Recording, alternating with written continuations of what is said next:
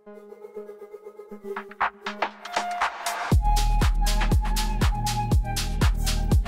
Everyone, welcome to our channel info circuit. সবাইকে আমাদের চ্যানেলে স্বাগত জানাচ্ছি।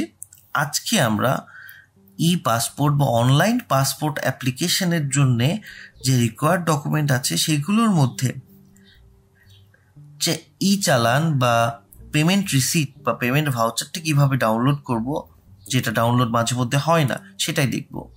অ্যাপ্লিকেশনের ক্ষেত্রে রিকোয়ার্ড ডকুমেন্টস খুবই গুরুত্বপূর্ণ একটি বিষয়, এবং এই রিকোয়ার্ড ডকুমেন্টসগুলো ঠিকমতো না দিতে পারলে পাসপোর্টের অ্যাপ্লিকেশনটি ক্যান্সেল হতে পারে। সো রিকোয়ার্ড ডকুমেন্টসগুলো ভালোভাবেই প্রিপেয়ার করবেন, এবং এটার মধ্যে application summary, identification documents, prepare documents, Jio, NOC এগুলো ছাড়াও আরেকটি ইম্পর্টেন্ট একটি ডকুমেন্টস আছে, সেটা হচ্ছে পেমেন্ট স্লিপ, এ চালান অর ই চালান। এ চালান হচ্ছে যেটা আপনি অফলাইনে জমা দিবেন। ও হ্যাঁ, পেমেন্ট দুইভাবে হয়ে থাকে, অনলাইন এবং অফলাইন।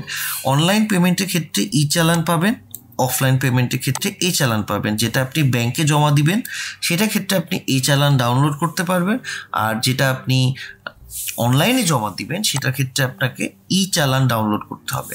এইবার পেমেন্ট দেওয়ার পরে ই চালান অনেক সময় ডাউনলোড হয় না, অথবা ই চালান ডাউনলোডের ক্ষেত্রে অনেক ক্ষেত্রে দেখা যায় যে ই চালান আপনি ডাউনলোড করার জন্য ট্রাই করেছেন কিন্তু ডাউনলোড হচ্ছে না, বা পেমেন্ট করার পর একটা এরর নোটিফিকেশন দেখিয়ে পেমেন্ট হয়ে গেছে কিন্তু আপনার ডাউনলোড হচ্ছে না।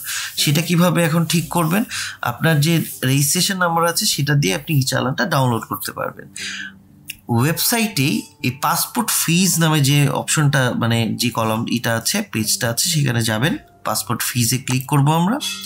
পাসপোর্ট ফিজে যাওয়ার পরে এখানে দেখবেন নিচে লেখা আছে অনলাইনে ই চালানটা ডাউনলোড করো, বা অফলাইনেরটা তো আপনার কাছে রিসিট থাকছেই চালানের। অনলাইনে জমা দিলে সেই ই চালানটা কীভাবে ডাউনলোড করবেন, এই যে এখানে ক্লিক করবেন, এই এক পের থ্রুতে যেহেতু ডাউনলোড হবে। সো আপনি ই চালানটা ডাউনলোড করার জন্য এখানে ক্লিক হেয়ার এই অপশনটাতে ক্লিক করবেন।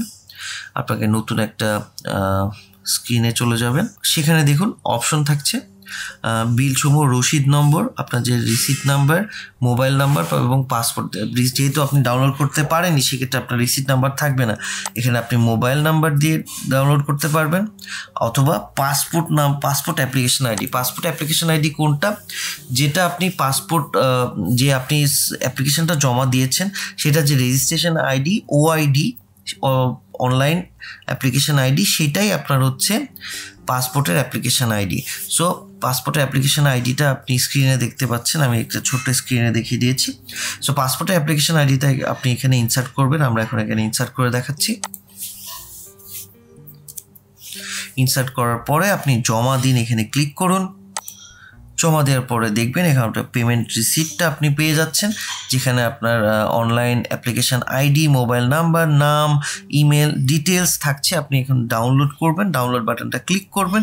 ডাউনলোড বাটনটা ক্লিক করলে আপনার পেমেন্ট রিসিপ্টটা ডাউনলোড হয়ে যাবে। সো আপনার ডাউনলোড বাটনটা,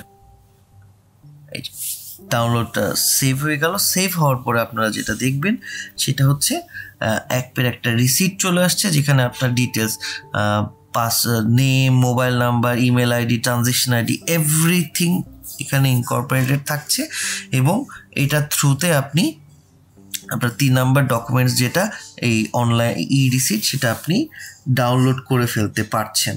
সো আশা করি আমাদের এক্সপ্লেনেশন প্রসেস ভালো লেগেছে আপনাদের কাছে। ভালো লেগে থাকলে অবশ্যই ভিডিওটি লাইক করুন এবং আমাদের চ্যানেলটি সাবস্ক্রাইব করুন।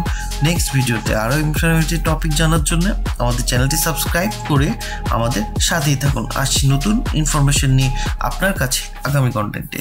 ধন্যবাদ সবাইকে।